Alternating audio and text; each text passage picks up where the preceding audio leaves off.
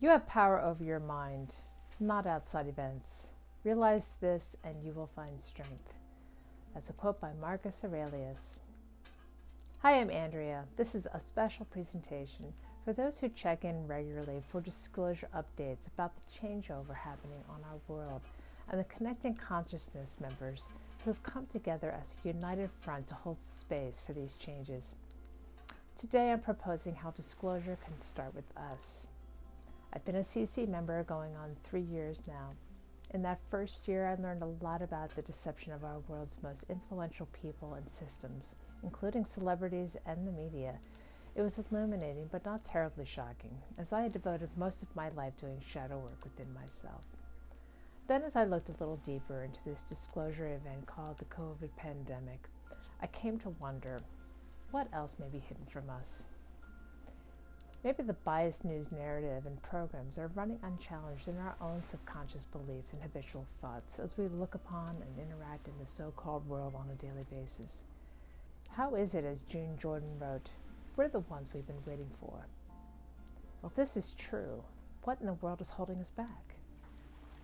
I took the COVID lockdown as an opportunity to change my direction, and now I'm certified as a quantum healing hypnosis technique practitioner, or QHHT, developed by the late, great Dolores Cannon. Hypnosis is simply a process of focused relaxation where we quiet the busy, conditioned mind and allow for the wisdom of the higher mind to come through and guide us. My mission as a hypnotherapist is to enable and inspire people to break free from their limited, conditioned minds, to forgive and heal so they can expand into their unique purpose and create their own reality, regardless of what the world out there is doing. I also started this YouTube channel called Day Trips Out of the Box just last year, fulfilling my mission through tutorials, shorts, and live streams. My intention today is that we can open our hearts and minds to broaden our perspective just a little bit, let go of some of the old ideas, and create more space within our consciousness to be our true empowered selves. Let's get to it. Let's take a peek at what's left of the conditioned mind within each of us. First, let's do some connecting of consciousness through the heart. The heart is an even more powerful mind than our brain. Why? Because it's a direct link to our higher selves. You know we're spiritual beings having a physical experience, right? Better to say, we're vibrational beings. Most of who we really are is unseen, and it's trying now to get our attention, to get more in tune with us vibrationally so it can be more us fully. Can you feel what I mean by that? I mean, how many of us can feel that process taking place within us on a day-to-day basis? What does it feel like to you? Let us know in the comments. Unfortunately, a lot of us are still asleep to this great awakening because the mind through which they think has been conditioned by the old guard. But that's fine. They have higher selves too. Their time will come when they're ready. Let us turn instead to what we have actual control over. We all have some programming still running in our subconscious mind that holds us back, most likely from our early childhood, and maybe even further back, if you're willing to believe in past lives. And by default, these programs are controlling our emotional responses and maybe even our identities. The best and quickest way to circumnavigate this limited perspective is through the heart. Since the heart sends signals to the brain all the time, informing the brain how to respond, it makes sense to access the highest frequencies of the heart mind to sync up with the brain. This is called a brain and heart coherence. During this technique, our brains reach an optimal frequency of 0.1 Hertz frequency, which helps the brain release healing hormones and chemicals throughout our body to heal itself, increase heightened states of well-being, produce anti-aging hormones, and powerful immune responses, taking you out of the fight or flight mode, which keeps us in a perpetual state of stress. I first learned of this technique through Gregg Braden. Do you guys know who he is? Gregg is a visionary scientist who bridges science and spirituality with years studying ancient doctrines, touring monasteries. You can find him on YouTube or Gaia TV through his program Missing Links, and through many, many of his books. Okay, so here's how it works. For this exercise, you can keep your eyes open if you like, or close them as you prefer. The first thing to do, you want to shift your awareness from your mind to your heart by very gently touching the area over your heart so you have a comfortable physical anchor. Maybe you can feel your heart respond as you do this step. Just notice any sensations or feelings that come up. Next, you want to start to slow your breathing. Maybe 5 seconds in and 5 seconds out. And this signals to the brain that it's safe. Then when you're ready, find an affirmative thought, either of gratitude, appreciation, care, or compassion, or some combination of all the above. Just feel it to the best of your ability. Can you feel your heart expand as you breathe through it? Feel the warmth of your feelings as they radiate like the sun throughout your body. That's right. What happens when you take that breath a little deeper? Keep going for another minute. Feel your body relax even deeper because you're already there. If you still feel tension or resistance, see what happens when you just let it go right now. When you're ready, come back into your room. Gently open your eyes if they were closed. If you had your eyes open, were you able to maintain the connection? I think that we can maintain the connection between the heart and the brain throughout our day with our eyes open. It takes a little practice, but it's definitely possible.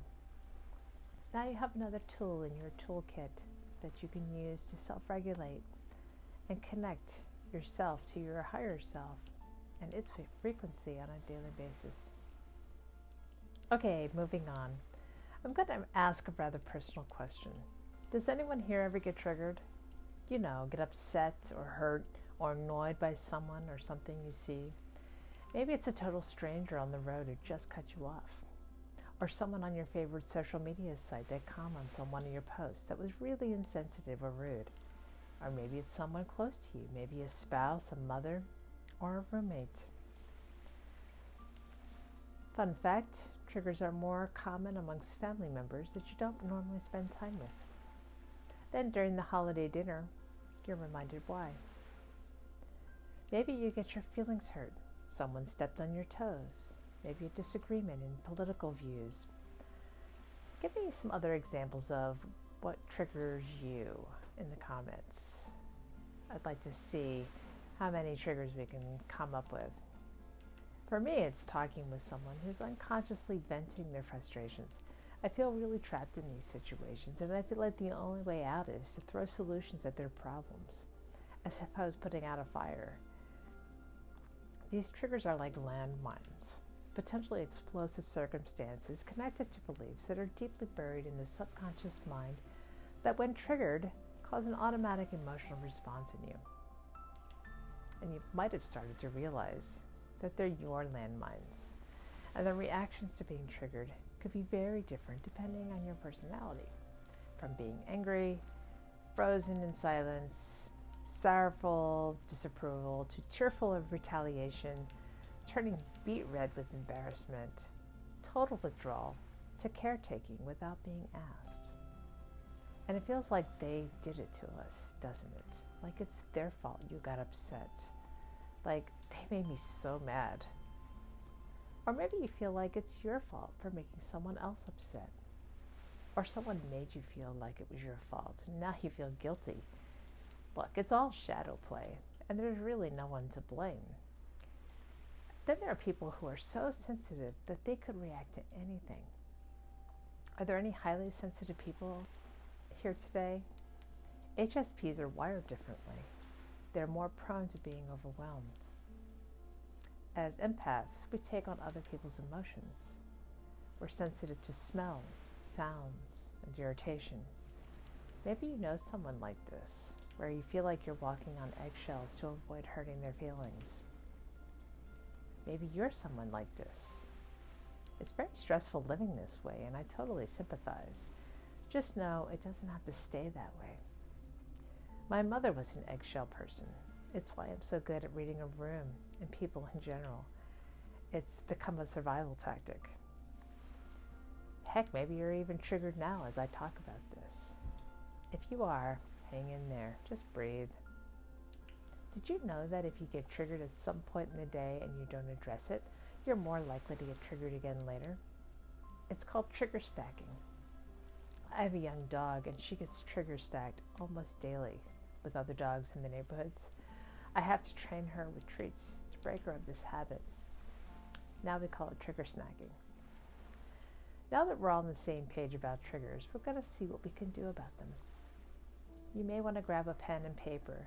I'm going to have you close your eyes for a moment and see if you can recall your most recent trigger.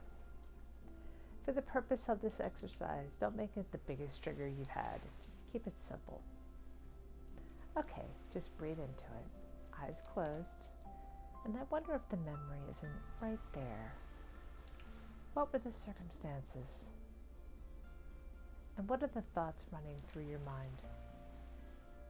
Notice any feelings that arise and where you feel them in your body. Are the feelings as intense now as they were then? If the feelings are getting a little too intense and you find yourself getting re-triggered, you can always step back and get some distance. You can watch it happen as an observer. You may notice you can access your body while you do this. See if you can feel a tingling sensation in your hands. Now open your eyes. I want you to write it down. We're going to come back to this again in a minute.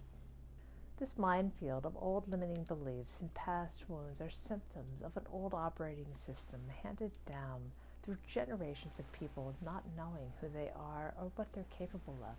In other words, they've been misinformed.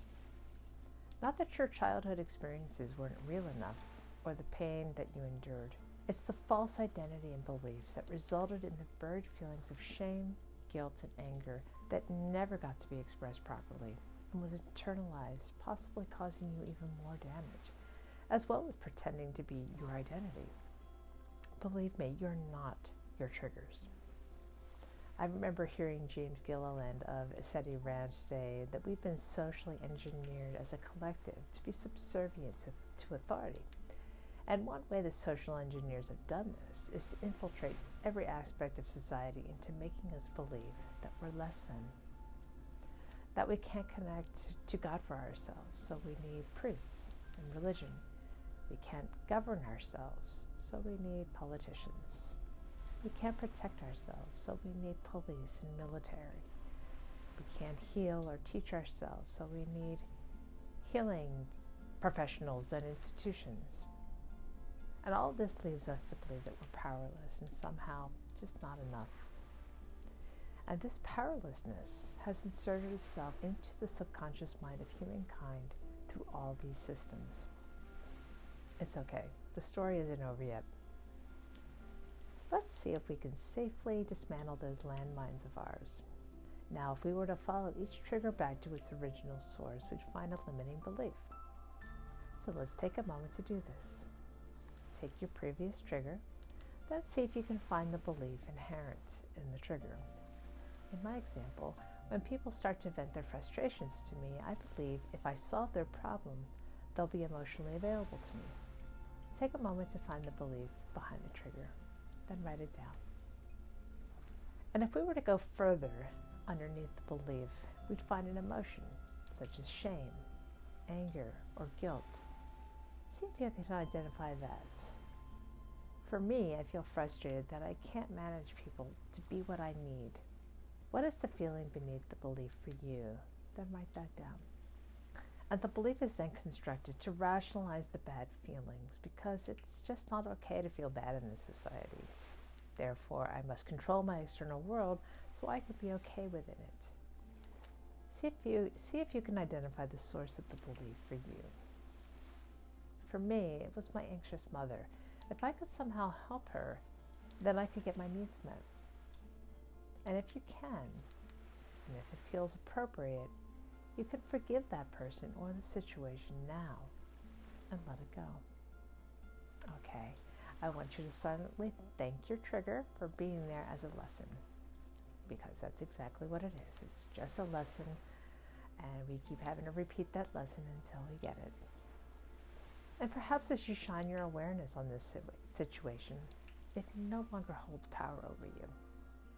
And notice how easy it is to let it go, because you've seen now that this is just a shadow of your past. You don't need to be a hostage to your past any longer. All this happens automatically in a split second before you can even think, is this really worth getting upset over? Why? Because the subconscious mind controls 90% of the average person's thought processes. It's all the stuff we absorbed as babies and children. It's part of our default operating system that we inherited from our families and society. It's how we're wired. And more importantly, it's our point of attraction. The good news is that it's absolutely possible to manage and rewrite the old operating system as soon as you're aware of its existence, and as soon as you realize you're not doing this alone. You can call on your higher selves and guides to help you. Awareness is the key. So why should we bother to deconstruct our triggers? Well, it's probably not necessary to break down every trigger to its source. It's enough just to be aware something lies beneath the surface that needs your awareness. And let me tell you, the benefits are so worth the effort. The more we let go of the old conditioned subconscious programs and the negative self-talk and limiting beliefs, the more our vibrational frequency will rise, and the more bandwidth we have, giving us more energy. And as our energy expands, our minds become coherent and receptive. And as our perspective broadens, the more inspiration, ideas, and positive insights come. And as your intuition becomes stronger, you trust yourselves better. And as you become a more authentic, balanced, and tolerant person, you naturally see yourself as one with everyone and everything around you. And life just gets better and more fulfilling. And you just don't notice the brokenness, the misleading information on the news, or corruption any longer, because it has nothing to do with where you're headed or what you're creating.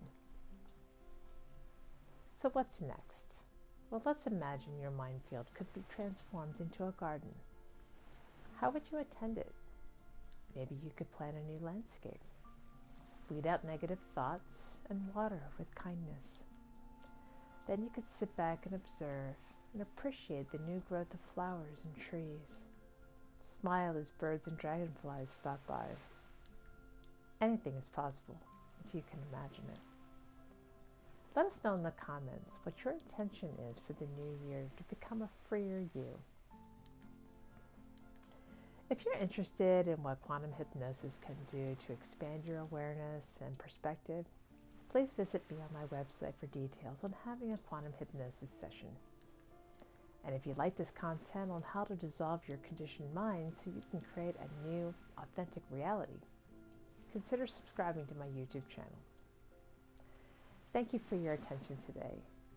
We look forward to seeing you in another episode of Day Trips Out of the Box.